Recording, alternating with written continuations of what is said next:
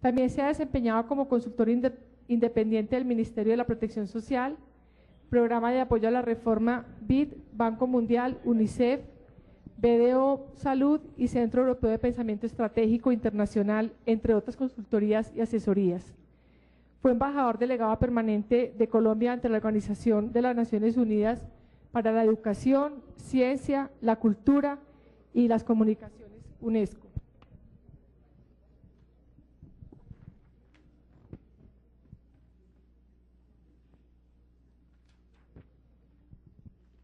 Exministro de Salud y la persona que nos está acompañando para hacer el debate y para hacer la presentación de los temas, digamos, que tenemos que fortalecer, y vamos concluyendo entonces con el panel. Nosotros tenemos anunciada la visita del ministro de Salud, pues vamos a dar inicio al panel. Igualmente, si el ministro llega, acogeremos pues su participación, y el doctor Galán hará pues una síntesis de lo que hemos venido trabajando hasta el momento. Entonces, muchas gracias, panelistas, y los dejo con el doctor Augusto Galán. Bueno, muchas gracias, María Elena, muy buenos días a todos. Y muchas gracias a los panelistas. Realmente yo sí quisiera saludar el nivel de las presentaciones del día de hoy y la temática de la manera como se ha enfocado. Creo que cuando se planteó este foro hace unos meses con María Elena, realmente pensamos que fuera algo semejante a lo que estamos viendo, digamos, un escenario que nos permitiera contextualizar nuestra realidad, y ojalá los debates en el sector salud se dieran en ese escenario, digamos, en un marco en el cual digamos, uno entiende que hay intereses que están muy puestos sobre la mesa, pero que más allá de esos intereses hay unas realidades y hay una contextualización a nivel internacional de la cual nosotros nos podemos aprovechar, podemos aprender, podemos conocer y podemos ir en un proceso de mejoramiento de nuestro sistema de una manera más objetiva y quizás más racional. Yo realmente quisiera llevar esta moderación planteando algunas preguntas a los panelistas, y dejaría posteriormente abierto a ustedes para que eventualmente ustedes contribuyan a esta discusión y contribuyan con preguntas y eventualmente con reflexiones adicionales a las que se han dado. Siguiendo las presentaciones, yo creo que hay un hilo conductor, o por lo menos una referente de alguna manera en cada una de las tres presentaciones, y quisiera ahondar un tanto sobre el tema porque yo comparto la reflexión que ha habido en el sector salud por parte de algunos, de la debilidad que hemos tenido en la rectoría del sistema de salud a lo largo de estos 20 años. 20 años este año, ¿no? Y eventualmente cómo esa rectoría se ha ido debilitando por diversas razones. Algunos aducen y señalan que el Ministerio de Salud ha tenido dos reestructuraciones, una fusión y una escisión a lo largo de estos 20 años. Y como para que ustedes tengan un referente, cuando a mí me correspondió la responsabilidad de estar allá en 1995, habían 150 funcionarios en el área de salud pública. Y hace un año y medio, 2 años, esa cifra había descendido a 50 funcionarios. Aquí no quiere uno decir con esto que se necesite más funcionarios, eventualmente se necesitarán, sino lo significativo de esto para mí es cómo un área tan importante como la salud pública se fue debilitando al interior del ente rector o de la máxima autoridad sanitaria del país. Entonces yo sí quisiera que ahondáramos un poco en ese tema, porque creo que hay un punto central realmente estructural, más allá de lo que pueda ocurrir en la reforma del sistema, que lo debemos seguramente fortalecer, seguramente afinar. Y yo quisiera empezar por preguntarles si, a la luz de las decisiones que este gobierno ha tomado en los últimos 2 años en materia de rectoría, con el decreto ley 4107, que creó el nuevo Ministerio de Salud, y con los decretos o unos decretos que definieron una serie de reestructuraciones y modificaciones en el Instituto Nacional de Salud, en el INVIMA y recientemente en la Superintendencia Nacional de Salud. Si a la luz de ellos, alguno de ustedes nos pudiera ahondar en ese tema, ¿se satisfacen esas necesidades de fortalecimiento de la institucionalidad del sector, o si eventualmente faltarían? Entonces no sé si el doctor Guerrero, cualquiera de los tres. A ver, la primera consideración que me gustaría hacer es que la idea que tenemos nosotros culturalmente rectoría es la del colegio. Es una estructura muy jerárquica en donde las órdenes las toma casi que un solo individuo y los demás como que la cumplen, y la relación de intercambio entre el rector y los demás es de autoridad. Me gusta más la definición que está en el documento de trabajo, no en el informe del 2000, sino en el documento de trabajo de la OMS, que dice que la rectoría es la forma de gobierno que determina la relación entre el sistema de salud y los ciudadanos. Y entonces, como tal, ¿no es cierto?, representa la interacción entre la población y el sistema como organización administrativa, política y burocrática. Y entonces, cuando existen sistemas segmentados, esa relación de gobierno no es única, sino que también es segmentada. Y la primera característica de esa segmentación es el Consejo Nacional de Seguridad Social, que no fue una invención de la Ley 100, sino fue una invención de la ley que crea el Seguro Social en los 50, y el Ministerio de Salud. Entonces el corporativismo hace una autoorganización de sus formas de gobierno a través de la institución de la seguridad social y a través de la constitución del Consejo Nacional de Seguridad Social en Salud, en donde no hay representación en estricto sentido de los ciudadanos, sino hay representación de la organización burocrática de la Caja del Seguro Social. Eso no fue una construcción de la Ley 100, el Consejo fue una construcción del Instituto de Seguros Sociales tradicionales, que heredó la Ley 100 en el Consejo Nacional de Seguridad Social.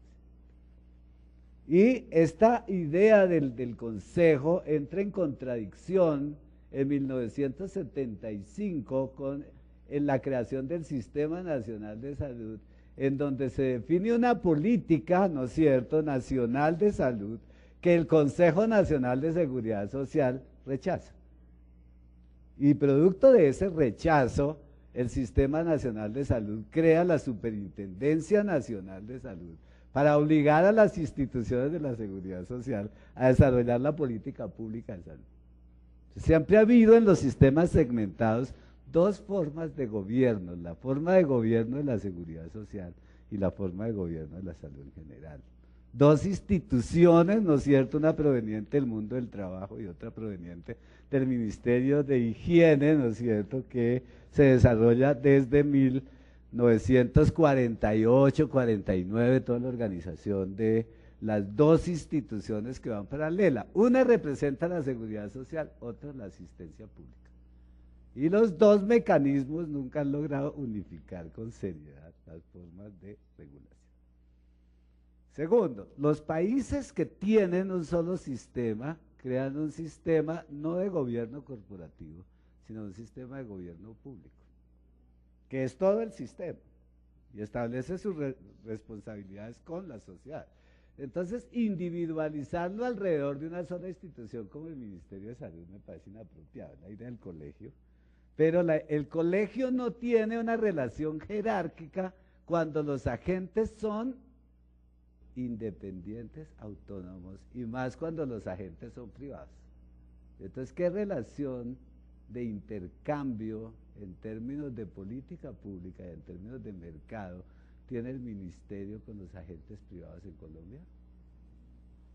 Si no tiene ninguna relación, la forma de gobierno entre el ministerio y los agentes del sistema, ¿no es cierto?, es prácticamente inexistente, y eso es una disfuncionalidad en la rectoría en el sistema colombiano que hace imposible que las decisiones que toma el ministerio se puedan llevar a cabo, y además hace imposible que la superintendencia o la Comisión de Regulación en Salud y todos estos institutos que hemos creado ad hoc para suplantar esta disfuncionalidad del sistema puedan observar el comportamiento de los agentes.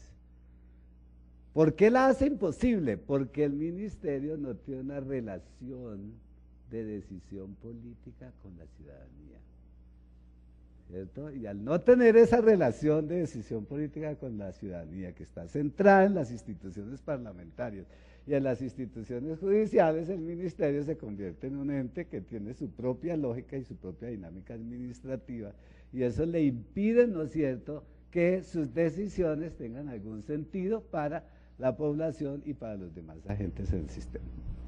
Doctor Guerrero, yo, digamos, con esa introducción que hace el doctor Ramírez y a la luz de experiencias internacionales, ¿usted cómo vería, digamos, todo este proceso de la rectoría en Colombia? O sea, lo que trajimos en estos 20 años y el esfuerzo que eventualmente se está haciendo en la actualidad, tal vez bastante silencioso por parte del ministerio, por lo menos ante la luz pública.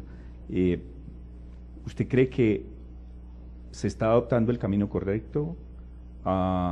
¿Usted cree que la experiencia del Consejo Nacional de Seguridad Social en Salud y luego la CRES fueron satisfactorias? ¿O se debilitó la institucionalidad del sector por esa vía? O, digamos, ¿cuál es su opinión al respecto? Bueno, yo pienso que en el caso de Colombia hay una crisis de identidad. Esa crisis de identidad es la transición entre el Sistema Nacional de Salud y el Sistema de Seguridad Social. Y en ese proceso, en ese cambio, además con la reducción del tamaño del Estado, que redujo al máximo las plantas de personal, tanto del Ministerio de Salud como de las secretarías departamentales y municipales, que fue una decisión política de alto nivel para poder, digamos, controlar el déficit fiscal. En ese doble proceso el Ministerio de Salud perdió su identidad y el Ministerio de Salud se convirtió fundamentalmente en un ente que una rama de él se dedicó al tema de la organización de servicios y del aseguramiento y de la prestación de servicios, o sea, el juego de los actores de las EPS y las IPS. Y el otro grupo, al perder su identidad y su fuerza, fue dejando la salud pública con mucha debilidad. Y ese es uno de los puntos que hay que resolver,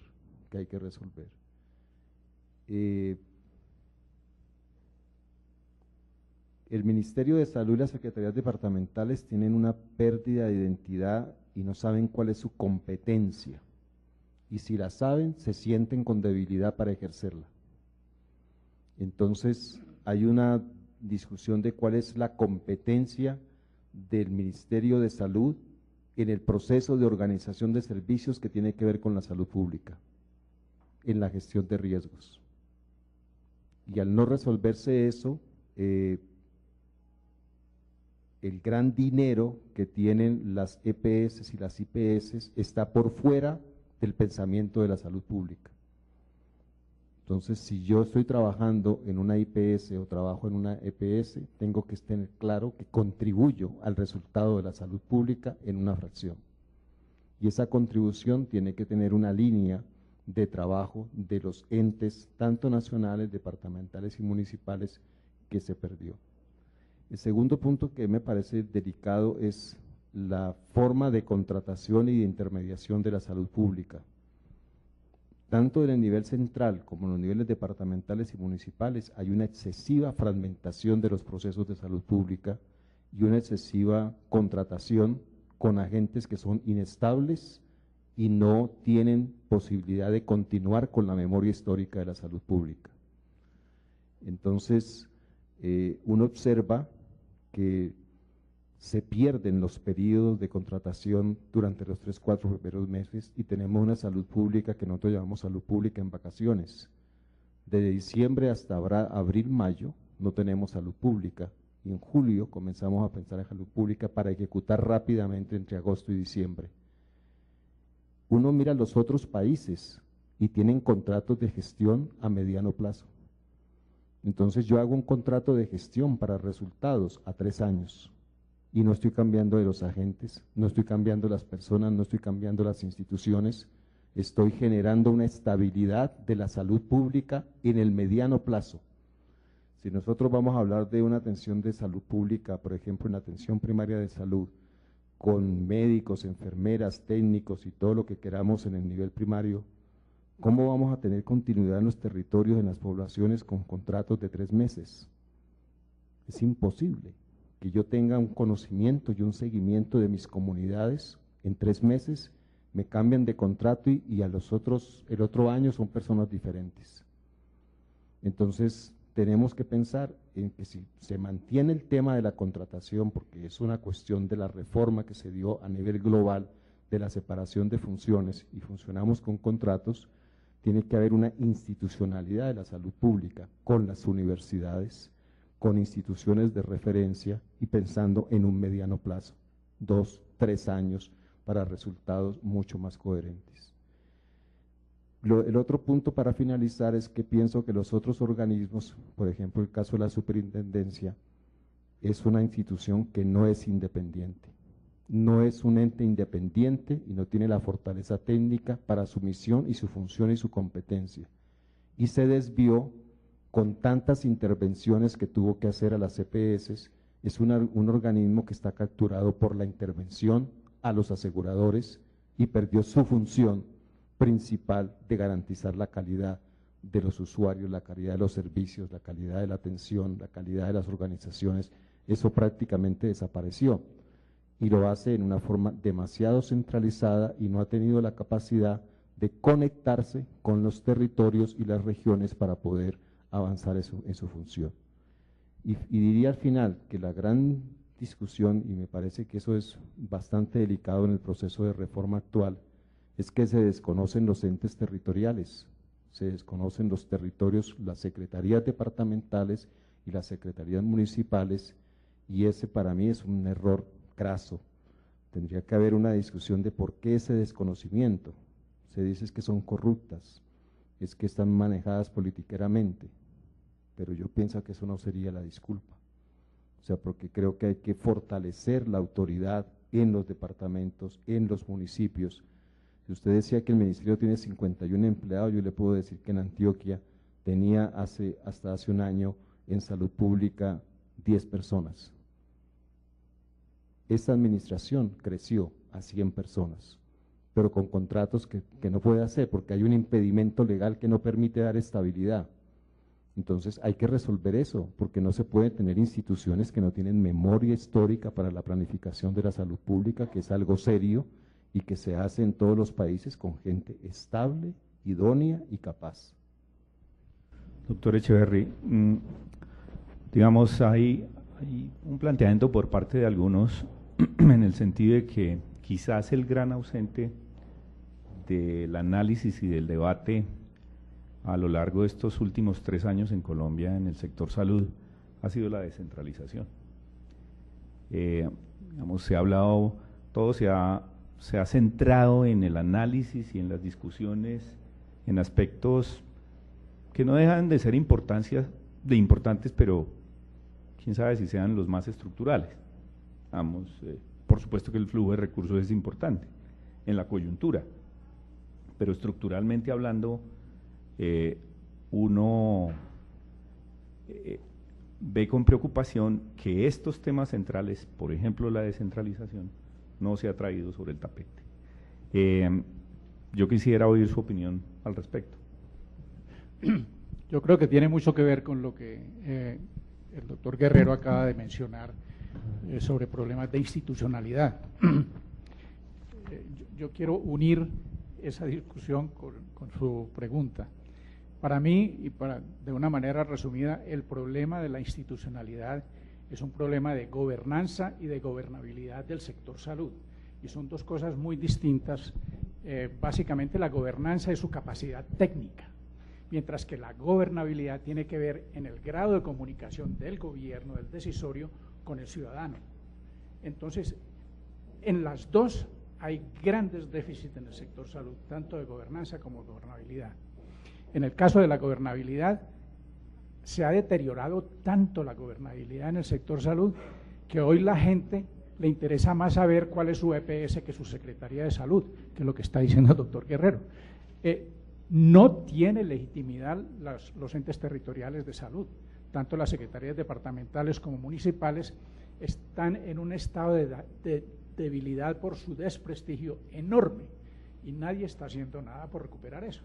Ahora, de nuevo, ese problema tiene también un trasfondo, y es que, por ejemplo, los secretarios municipales de salud se gastan entre el 80 y el 85% de su tiempo en buscar la plata para los servicios subsidiados, para el régimen subsidiado. Y entonces, ¿qué hacen en el resto del tiempo? Ni siquiera le dan legitimidad al sector salud, no alcanzan. Entonces, hay esos dos problemas, tanto de gobernabilidad como de gobernanza, y esos tienen una relación muy importante sobre posibilidades de descentralización. Yo no puedo descentralizar igualmente en Bogotá que en Caparrapí. Tienen capacidades muy distintas y yo no puedo descentralizar en Caparrapí. En Bogotá sí, porque tiene la gobernanza y la gobernabilidad para asumir esa responsabilidad de descentralización. No lo tienen de los 1000 y tantos municipios que tiene Colombia, la capacidad que tienen ellos, es decir, la gobernanza que tienen para asumir la descentralización es mínima. Entonces, cuando más podemos pensar en una descentralización a nivel regional, departamental tal vez, o de pronto un poquito más allá del departamento, pero descentralización municipal, que fue lo que se hizo en Colombia, fue un fracaso. ¿Por qué? Porque pues los municipios tienen un grado de desarrollo muy diferentes, entonces tienen capacidad de responder, es decir, no tienen la gobernanza suficiente para asumir con toda la responsabilidad la descentralización.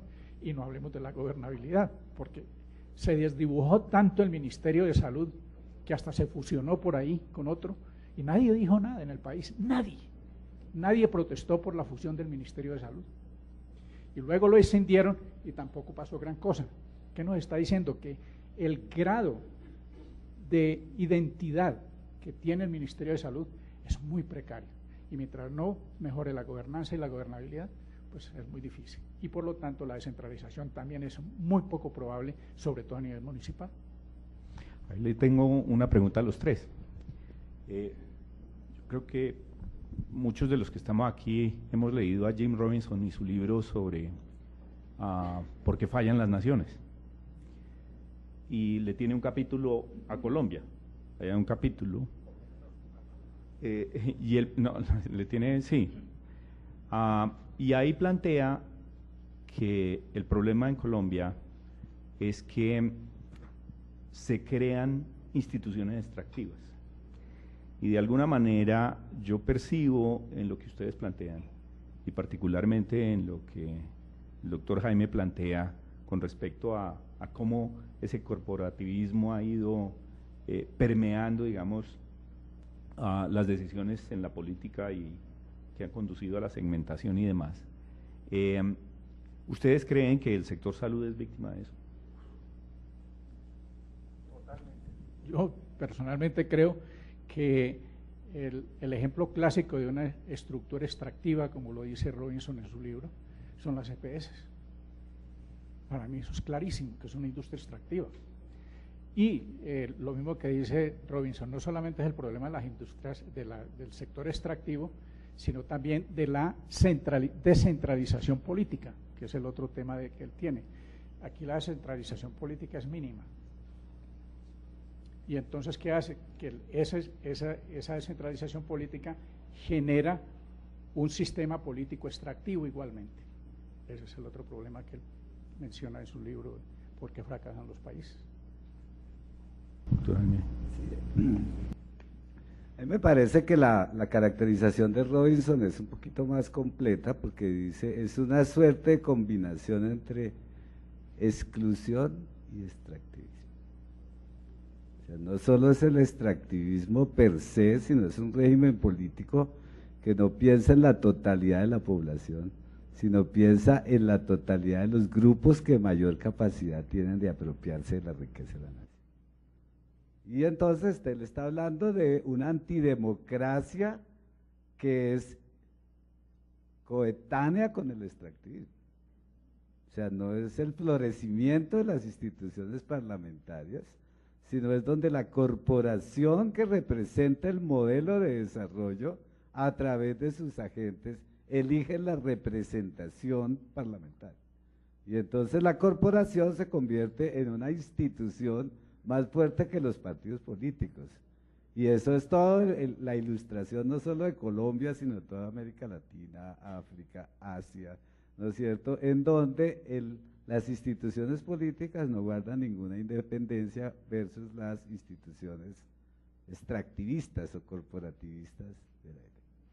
Segunda idea que me parece importante en esto es que el extractivismo no es una categoría solo para explicar un proceso de apropiación de la riqueza en la distribución de la riqueza, sino que se origina en la producción de la riqueza. Y que la forma como se apropian los individuos está determinada por la forma como, ¿no es cierto?, los grupos económicos se apropian de los bienes de la naturaleza y de la propiedad para incluir los recursos naturales y todo esto. Y entonces hacer una regulación sobre derechos de propiedad, ¿cierto?, siempre se hará en función de los grupos que mayor riqueza tienen, y en tal sentido la gestión pública está capturada por el extractivismo, y en la medida en que la gestión pública esté capturada por el extractivismo, la posibilidad de hacer un modelo inclusivo de desarrollo para la sociedad es imposible. En ese sentido, haciendo el símil con el sector salud, surgen varios temas. En primer lugar, ¿cuál es la naturaleza del seguro colombiano? O sea, yo creo que si el mercado lo defino como una relación voluntaria entre los individuos y el asegurador a través de las primas voluntarias basadas en riesgo, y la relación coercitiva la defino por la obligatoriedad de la cotización. Diría que en lo fundamental el seguro colombiano es un seguro segmentado pero de características públicas, o sea que las instituciones públicas también generan exclusión, o sea, per se la exclusión no se genera solo a través del mercado, sino que el mercado cuando regula en función de los intereses, la gestión pública genera exclusión y segmentación. Y entonces la cotización en Colombia es obligatoria, es basada en el ingreso y no en los riesgos. Está financiado con cotizaciones obligatorias para fiscales y con impuestos, y sin embargo reproduce las segmentaciones en regímenes distintos. ¿Eso qué quiere decir? Que cada grupo extractivista maximiza su grupo expulsando a los demás grupos.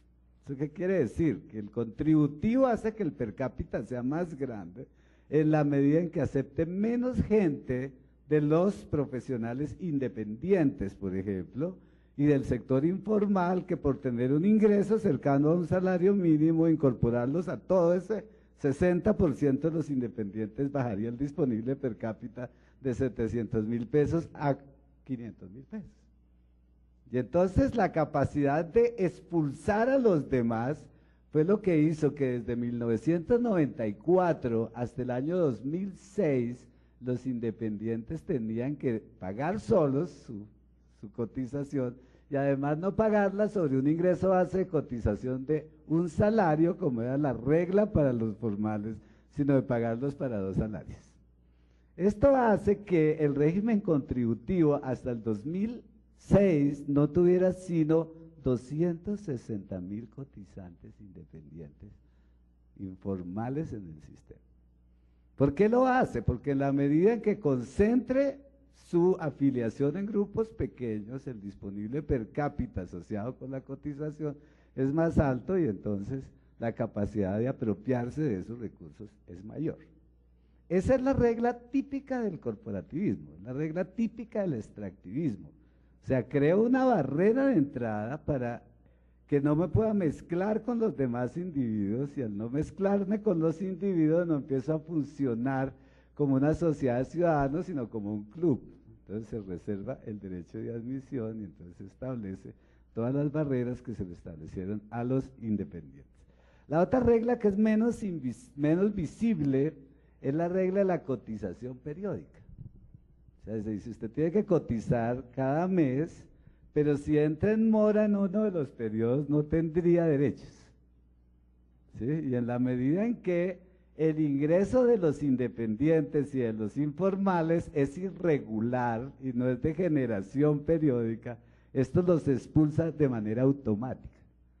O sea, ¿por qué razón se aceptan esas reglas? Y entonces se aceptan sencillamente porque la tributación no tiene representante. Entonces ningún partido político es representante de los contribuyentes en general, sino que representan a los grupos que les permite elegirlos. Y para mirar esto, pues bastaría con echarle lápiz a un listado de inhabilidades de los congresistas que están en el proceso de discusión de las actuales leyes. Doctor Guerrero. Bien, yo tengo muy poco que agregar a lo que se ha planteado hasta el momento, pero se me vienen a la mente dos ideas. Una, me parece que el sistema de salud colombiano, cuando cambia con la ley 100 y crea las EPS y se establece el mecanismo de pluralismo estructurado, legitima el sector empresarial en la salud y legitima la posibilidad de que yo tenga ganancias con el funcionamiento de cualquiera de las partes que hay dentro del sistema. Un ejemplo es que los hospitales públicos se les cambia de nombre y se les dice ustedes a partir de hoy son empresas sociales del Estado y tienen que tener rentabilidad financiera. Entonces se le cambia la figura de servicio, la figura de social de la comunidad, el enlace con la comunidad. Su enlace ya no es el servicio, ni la salud pública, ni la necesidad de la población, sino que su enlace es tener una rentabilidad y un balance financiero efectivo.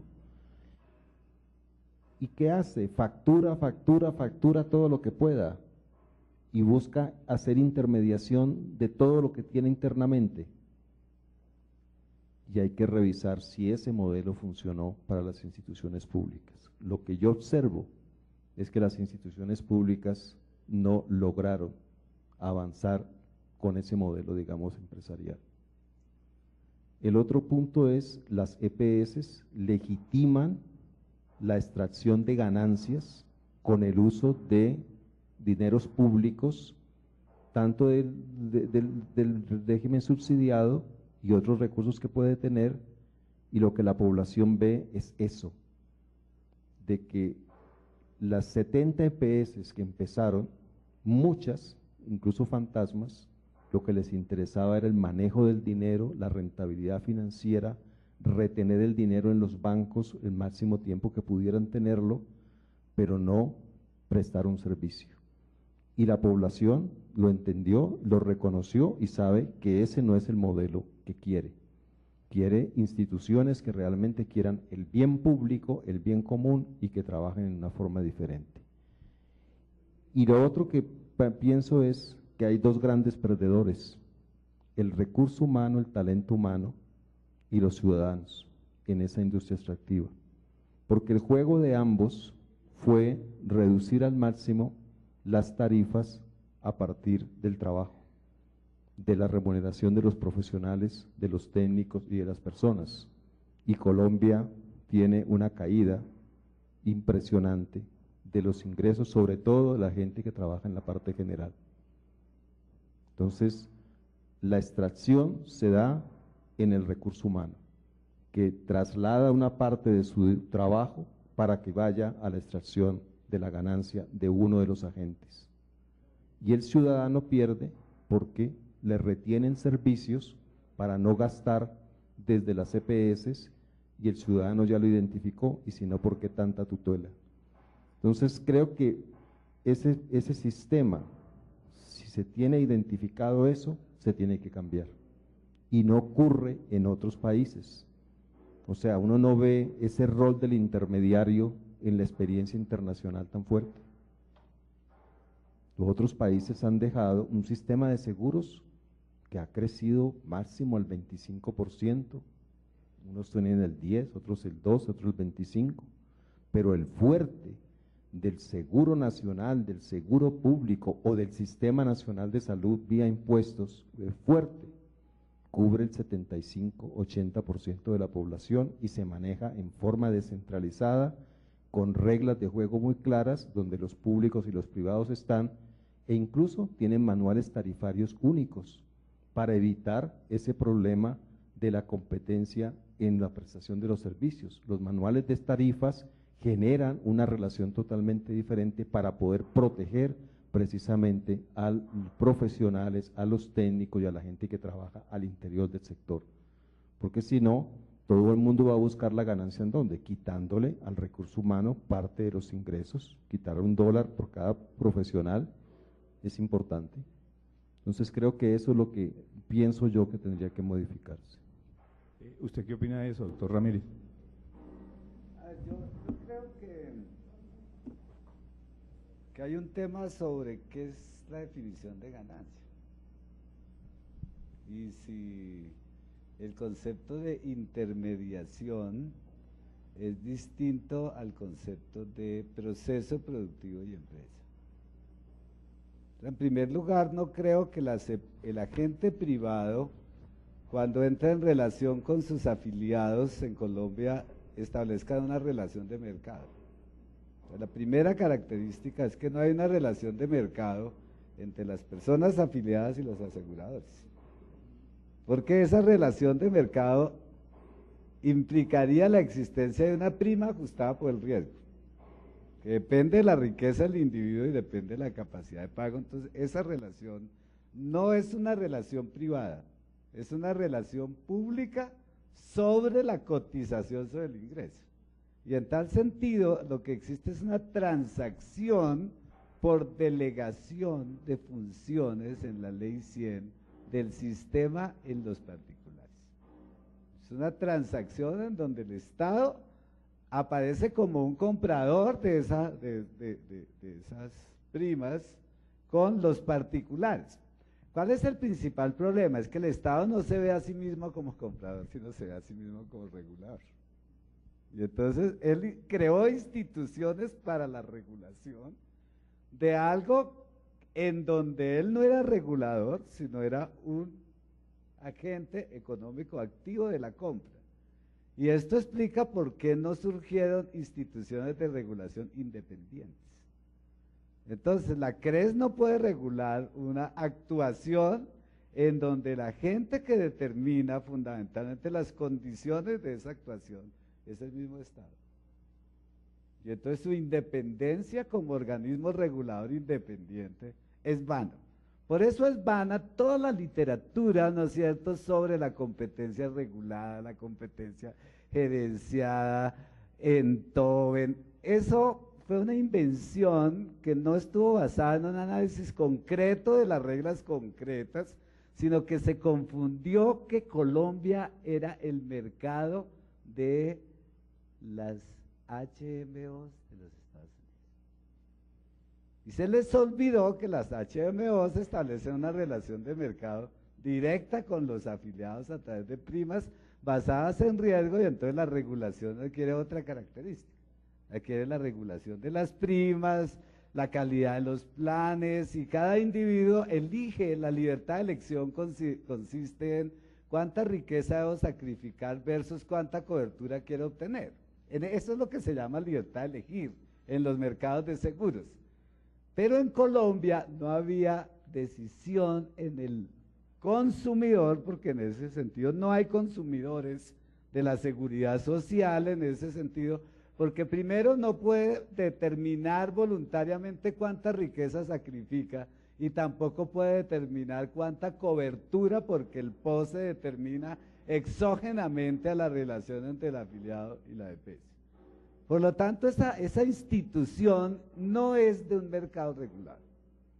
O sea, fue una adopción de un término que los organismos multilaterales, con base en una interpretación muy rápida que hizo la Escuela de Salud Pública de la Universidad de Harvard, asimilando el concepto de las EPS a las HMOs, y se les olvidó la condición básica de la economía, y es cómo son las relaciones entre los agentes económicos y la relación entre los afiliados y las EPS no es una relación de intercambio de mercado. Eso nos llevó a que en el plan maestro para la implementación propuesto por la Universidad de Harvard, lo que ordenan es que el Estado debe verse a sí mismo como un regulador de un mercado administrado totalmente inexistente, en donde, producto de esa ideología, se fue creando condiciones para transformar la forma de autogobierno corporativo, que era el Consejo, en una comisión de regulación independiente, y la comisión de regulación independiente ni siquiera alcanzó el proceso de legitimación de su conformación. Luego acá hay una discusión sobre cómo estamos aplicando el concepto de intermediario, ganancia e inversión. Y entonces, claro, todo se nos ha vuelto rentismo, extractivismo, no sé qué. Pues, lo que yo creo es que hay que hacer un análisis más fino, en donde mi hipótesis es que el Estado reproduce las desigualdades y que el Estado las reproduce en función de los intereses corporativos y no de los intereses de la ciudadanía. Es muy probable que si el mercado actuara, también reproduciría desigualdades, pero aquí estamos hablando de reproducción de desigualdades a través de la gestión pública. ¿Sí? Yo hice un ejercicio en el año 2008 porque estaba muy preocupado por los 9 billones de pesos que le faltaba al sistema que había nombrado FEDESarrollo. Entonces yo dije, voy a volver el subsidio, un subsidio a la cotización. ¿Sí? Entonces dije, si todos los, no sé, tantos afiliados al régimen subsidiado los divido en 3 puntos tanto, me quedan tantas familias. Y pago la cotización sobre el mínimo, dado que son pobres por esas familias, y al régimen subsidiado le sobraría 1 billón de pesos a precios del 2008 para pagar la afiliación al régimen contributivo, con todas las reglas del régimen contributivo. Y entonces tendría el post completo y tendría prestaciones económicas, ¿cierto?, de licencias de incapacidad y de enfermedad general y de licencias de maternidad. Y entonces la pregunta era, ¿por qué eso no se hace así? Porque al hacerlo, el disponible per cápita del régimen contributivo bajaba. Y entonces cuando cada grupo se concentra sobre sí mismo, ¿no es cierto?, su lógica es echada a los demás. Y entonces quienes más presionaron en la ley 100 para que el subsidio no se aplicara a la cotización fueron las mismas organizaciones del Seguro Social, incluidos los sindicatos, que presionaban considerando que eso era una conquista laboral y que no podían compartirla con los pobres, que era una conquista del mercado laboral, más allá de la propia justificación del Estado, que era peor, era decir, como son pobres y vulnerables, adquieren la condición de beneficiarios y asistidos y no la condición de ciudadanos, entonces cualquier cosa que transfiramos hacia los pobres debe ser visto como una beneficencia, y los pobres no tendrían por qué rechazarla o por qué querer más que lo que el Estado unilateralmente les transfiere. Muy bien, muchas gracias. Bueno, yo quisiera avanzar porque hasta ahora hemos tocado un punto de los que yo quería plantear, y el tema es del tema de rectoría. Pero por el otro lado, también percibí en las 3 presentaciones un tema sobre el cual en Colombia hemos hablado muchas veces, y no hemos dado los pasos hacia allí, que lo resumiría en la necesidad de cambiar el modelo de atención en salud. Entonces hemos hablado de prevención, hemos hablado de promoción, hemos hablado de atención primaria. La ley 1122 prácticamente incorporó toda la atención, se estructuró en torno a la atención primaria. La ley 1122, por lo menos esa fue la iniciativa parlamentaria. Y a pesar de ello, esto no se ha dado. Entonces yo quisiera preguntarles, en concepto de ustedes, porque por el otro lado en las presentaciones lo que uno ve es que a nivel internacional ese ha sido o es una base esencial para un mejoramiento en la organización de servicios, para una búsqueda de mayor equidad en el acceso a los servicios, etcétera, etcétera, etcétera.